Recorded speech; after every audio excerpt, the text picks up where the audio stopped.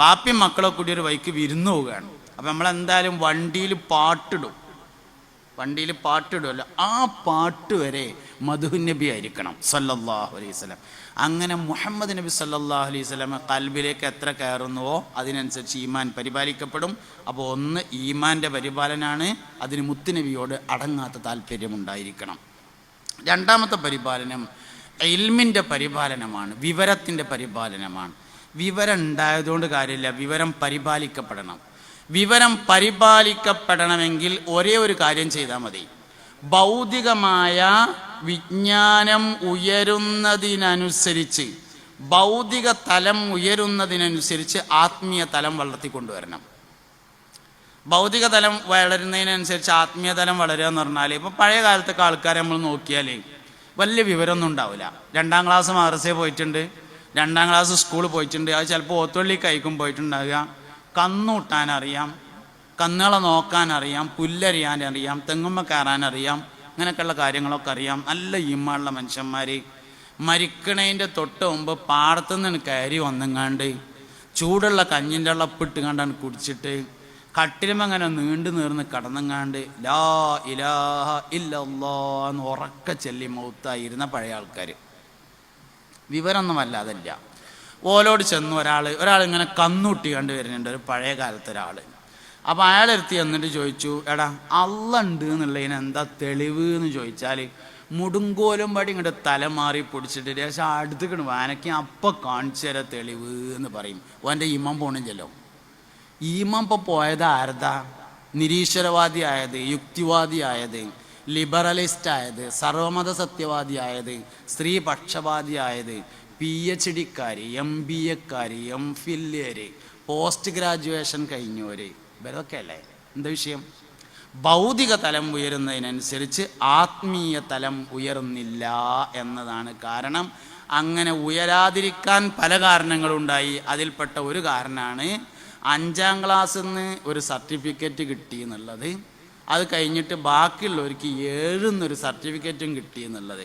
5ത്തെ സർട്ടിഫിക്കറ്റാണ് കിട്ടിയപ്പോൾ നമ്മൾ മനസ്സിലാക്കി അത്യാവശ്യമായല്ലോ. പെൺകുട്ടിയാവുമ്പോൾ ആണുങ്ങൾ പുതിയാപ്പിളാർ കാണാൻ വരുമ്പോൾ ഡേറ്റ് ഓഫ് ബർത്തൊക്കെ ഒന്ന് നോക്കാൻ ഒരു സർട്ടിഫിക്കറ്റ് തന്നെ പൂമുഖത്ത് തൂങ്ങിയാൽ ധാരാളം. അത് 2 സർട്ടിഫിക്കറ്റ് ആയ സ്ഥിതിക്ക് നിർത്താന്ന് തീരുമാനിച്ച് നിർത്തിയതാണ് കാര്യം. ഭൗതിക തലം ഉയർന്നു, ആത്മീയ തലം ഉയർന്നില്ല. ഭൗതിക തലം ഉയരുന്നതിനനുസരിച്ച് സംശയങ്ങൾ കൂടി വരും.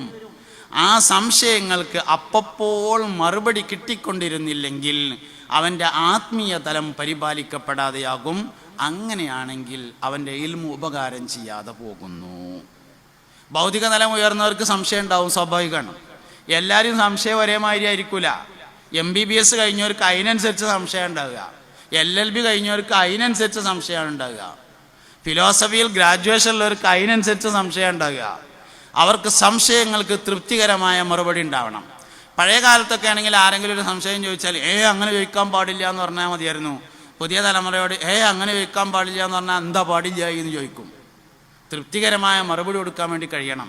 അതിന് ഭൗതിക തലം ഉയരുന്നതിനനുസരിച്ച് ആത്മീയ തലം ഉയരണം. സൗകര്യമില്ല എന്ന് ഇന്നത്തെ കാലത്ത് പറയാൻ പറ്റൂല. വേണ്ടാന്ന് വെച്ചാൽ തന്നെയാണ്, സൗകര്യം ഇല്ലാത്തതുകൊണ്ടൊന്നല്ല.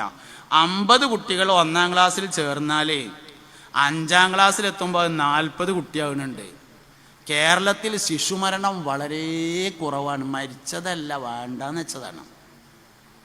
അത് 7ാം ക്ലാസ്സിലെത്തുമ്പോൾ 30 കുട്ടിയായി, 10ാം ക്ലാസ്സിലെത്തുമ്പോൾ 8 കുട്ടിയായിട്ടുണ്ട്. +1 5 കുട്ടികളാണുള്ളത്. 50 കുട്ടികൾ 1ാം ക്ലാസ്സിൽ പഠിച്ചതാണ്. വേണ്ടാന്ന് വെച്ചാൽ തന്നെയാണ്. കുട്ടിയും വേണ്ടാന്ന് വെച്ചു, മക്കളും വേണ്ടാന്ന് വെച്ചു, ബാപ്പിയും വേണ്ടാന്ന് വെച്ചു. സിയാംസ് സാഹിബിൻ്റെ ഒരു പ്രസംഗത്തിന് ഞാൻ കേട്ടു, ഒരു രക്ഷിതാവ് എന്നോട് പിന്നെ ഉസ്താദ് ചോദിച്ചത്രേ, എന്താ ഇപ്പോൾ കുട്ടി മദ്രസക്ക് വരുന്നില്ലല്ലോ എന്ന്. അപ്പോൾ രക്ഷിതാവ് പറഞ്ഞു, ഓൻ പോരുന്നില്ല എന്ന് പറഞ്ഞപ്പോൾ ഞാൻ എന്താ കാട്ടുക. ഇതൊക്കെയാണ് ഇപ്പോൾ രക്ഷിതാക്കൾ പറഞ്ഞത്. അതിനിപ്പോൾ ഒരു വാപ്പാൻ്റെ ആവശ്യമില്ലല്ലോ, ഞാൻ എന്താ കാട്ടുക എന്ന് പറയാൻ. അതിന് വേറെ ആരെങ്കിലും വാടക വിളിച്ചു കൊടുന്നാലും പറ്റൂലേ? അല്ലെങ്കിലും വാപ്പയാകാനല്ലല്ലോ പ്രയാസം, വാപ്പയായി തുടരാൻ വലിയ പ്രയാസമാണ്. വാപ്പയാകാൻ നല്ല എളുപ്പം രസമുള്ള പരിപാടിയാണ്. ഓഡിറ്റോറിയം ഒഴിവുള്ള ദിവസം നോക്കിയിട്ട് ബുക്ക് ചെയ്യുക, കോഴിക്ക് വില കുറഞ്ഞ സമയത്ത് കുറച്ച് കോഴി വാങ്ങുക, അല്ലെങ്കിൽ ഒരു മൂടിക്കുട്ടിനെ വാങ്ങുക, അറുത്തുങ്ങാണ്ട് ബിരിയാണി വെക്കുക, ചെറിയൊരു മയച്ചാറിലും ഉണ്ടെങ്കിൽ ഉഷാറായി വാപ്പയാവാം. പക്ഷെ വാപ്പയായി തുടരാൻ മയച്ചാറിലും ബിരിയാണിയൊന്നും മതിയാവില്ല. അതിന് നല്ലോണം ഇടങ്ങേറുണ്ടാവും. കുറച്ച് ഒഴിവും നേരം നോക്കാനുള്ള സമയമൊക്കെ ഉണ്ടെങ്കിൽ തന്നെ പറ്റുള്ളൂ. അതുകൊണ്ട് അതിപ്പോൾ ഞാൻ എന്താ കാട്ടുകയെന്നൊന്നും പറയാൻ വാപ്പാൻ്റെ ആവശ്യമൊന്നുമില്ല. എന്തേലും കാട്ടിയേ പറ്റുള്ളൂ. അതിനാണല്ലോ ഈ മനുഷ്യൻ്റെ വാപ്പ എന്ന് പറഞ്ഞൊരു ബോധം ഉണ്ടല്ലോ, അത് മരിച്ചാലും നിലനിൽക്കണം എന്നുള്ളതാണ്. ഒരു കുട്ടിയെ സംബന്ധിച്ച് വാപ്പ കുട്ടി വലുതാകുന്നത് വരെയല്ല, കുട്ടി ജീവിച്ചിരിക്കുന്ന കാലത്തോളാണ്. എൻ്റെ വാപ്പ മനുഷ്യൻ്റെ വലിയൊരു ബോധമാണ് എൻ്റെ വാപ്പ എന്നുള്ള ബോധം. ആ ബോധം നിലനിർത്താൻ ഒരു പിതാവിന് കഴിയണ്ടേ? അത് കഴിയണമല്ലോ. അതാണ് ഉത്തരവാദിത്വം എന്ന് പറഞ്ഞത്. അപ്പം രണ്ടാമത്തേത് ഇൽമിൻ്റെ പരിപാലനമാകുന്നു. മൂന്നാമത്തേത് സ്വഭാവത്തിൻ്റെ പരിപാലനമാണ്. മാതാപിതാക്കളുടെ സ്വഭാവത്തിൽ നിന്നാണ് മക്കളുടെ സ്വഭാവം രൂപപ്പെട്ടു വരുന്നത്. എല്ലാ സംഗതി എഴുതി പഠിച്ചാൽ പഠിയും, സ്വഭാവം മാത്രം എഴുതി പഠിച്ചാൽ പഠിയില്ല, കണ്ട് മാത്രം പഠിക്കുന്നതാണ്.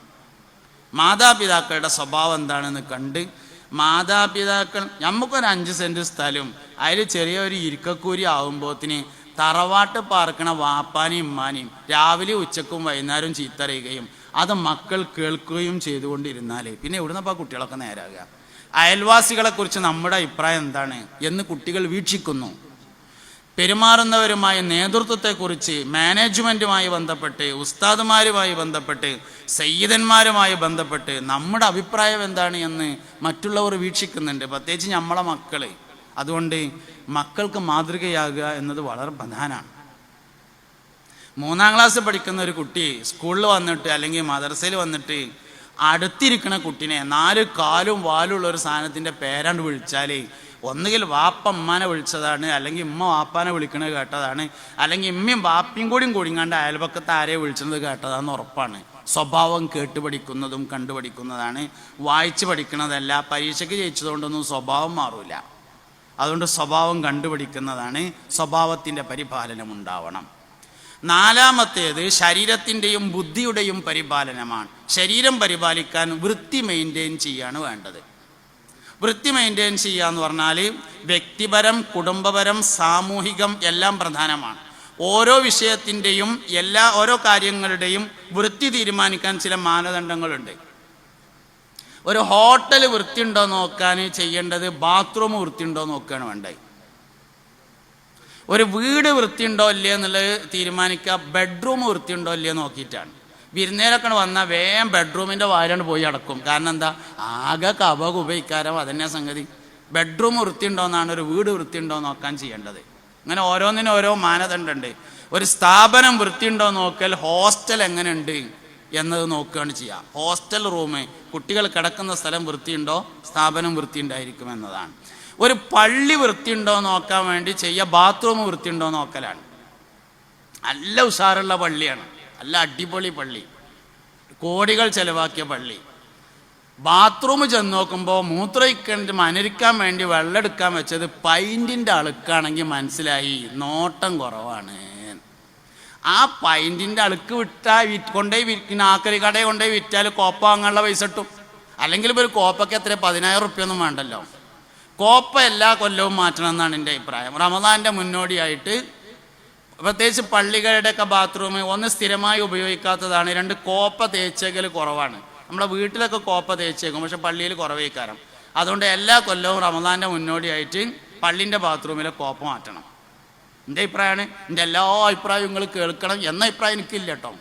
അല്ല, അങ്ങനെ ഉണ്ടാവുമല്ലോ. ഞാൻ പറഞ്ഞ നിങ്ങൾക്ക് പറ്റിയും കേട്ടോളി, എല്ലാ കൊല്ലവും മാറ്റണം എന്നുള്ള അഭിപ്രായമാണ് എനിക്കുള്ളത്. അതിനെ മൂത്രയിക്കാൻ വെക്കുമ്പോൾ ചിലപ്പോൾ അതിൽ വെള്ളം എടുത്താണ്ടൊന്നും തൊള്ളയിലൊക്കെ ആക്കും.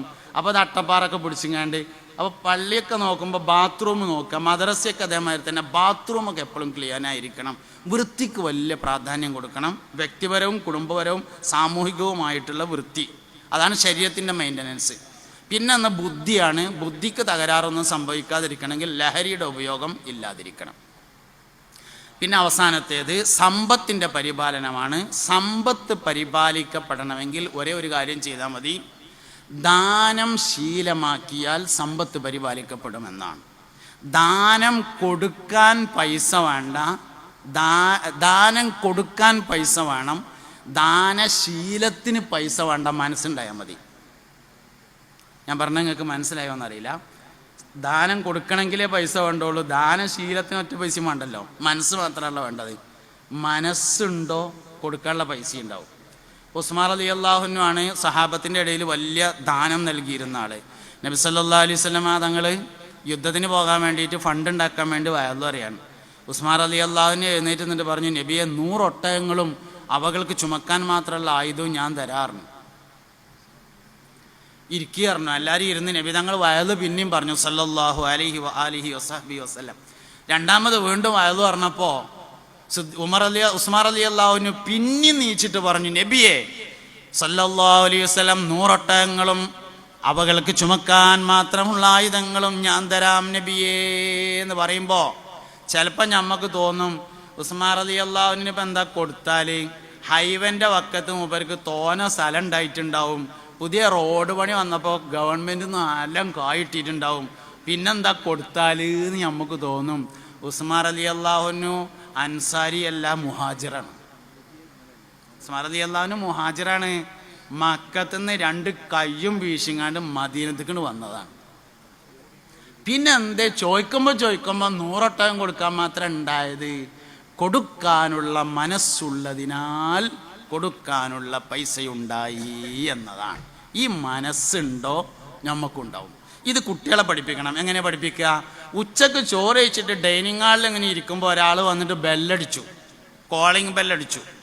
കറക്റ്റ് നീക്കിയിട്ട് നോക്കിയപ്പോൾ കാലുകൊണ്ട് ചെയ്യാത്ത ആളാണ്. അപ്പോൾ 2 സമീപനം സ്വീകരിക്കാം. മനുഷ്യൻ്റെ അടുത്ത് 5 നയാ പൈസ ഇല്ലാത്തടത്ത് ഓരോന്ന് ഏന്തി വലിഞ്ഞ് കയറി വന്നിക്കണേ, വാപ്പവിടെ ഇല്ലാന്ന് പോയി പറഞ്ഞാലടാന്ന് കുട്ടികളോട് പറയാം. വേറൊരു പഠിപ്പുണ്ട്. അതെങ്ങനെ? വേറെ എന്തോ ആവശ്യത്തിന് വായുഗുളിക വാങ്ങാൻ വേണ്ടി എടുത്തുവെച്ച പൈസ ഉണ്ടായിരുന്നു. അതിനൊരു 5 കോട്ടൺ ഉറുപ്പ് എടുത്തിട്ട് മൂത്ത മകൻ്റെ അടുത്ത് കൊടുത്തിട്ട് പറഞ്ഞു, മോനെ ബാപ്പാൻ്റെ അടുത്ത് ഒന്നുമില്ലെങ്കിലും ഈ റമദാൻ മാസത്തിൽ നമ്മളിരുന്ന് എന്തെങ്കിലും കിട്ടുമെന്ന് കരുതിയിട്ട് വന്നതല്ല അയാൾ. വെറും കൈയോടെ മടക്കണത് ശരിയല്ല, വാപ്പാൻ്റെ കുട്ടി ഇതാണ് കൊണ്ടേ കൊടുത്തലാന്ന് പറഞ്ഞങ്ങാണ്ട് മൂത്ത മകനുണ്ട് ഏൽപ്പിച്ചാൽ ആ കുട്ടിക്ക് പഠിയുന്ന സ്വഭാവത്തെയാണ് ദാനശീലം എന്ന് പറയുന്നത്. ദാനശീലമാണ് സമ്പത്തിനെ പരിപാലിക്കുന്നത്. അതുകൊണ്ട് അത് മക്കളെ പഠിപ്പിക്കണം. അതുകൊണ്ട് രക്ഷിതാക്കൾ എന്ന നിലയിൽ നമ്മൾ ചെയ്യേണ്ട കുറേ കാര്യങ്ങളുണ്ട്. ആ കാര്യങ്ങളിലൊക്കെ വളരെ ബോധവാന്മാരായിരിക്കണം എല്ലാവരും. മദ്രസ എന്ന് പറയുന്നത് നമ്മുടെ വലിയൊരു സംസ്കാരമാണ്. ആ സംസ്കാരത്തെ ഉയർത്തിപ്പിടിക്കാൻ എല്ലാവരും പരിശ്രമിക്കണം. മദ്രസകൾക്ക് വരുന്ന എല്ലാ കോട്ടങ്ങളെയും നമ്മൾ തടയിടണം. എല്ലാ നേട്ടങ്ങളെയും പരിപോഷിപ്പിക്കുന്നതിനാവശ്യമായ കാര്യങ്ങൾ നമ്മളെല്ലാവരും ചെയ്യണം.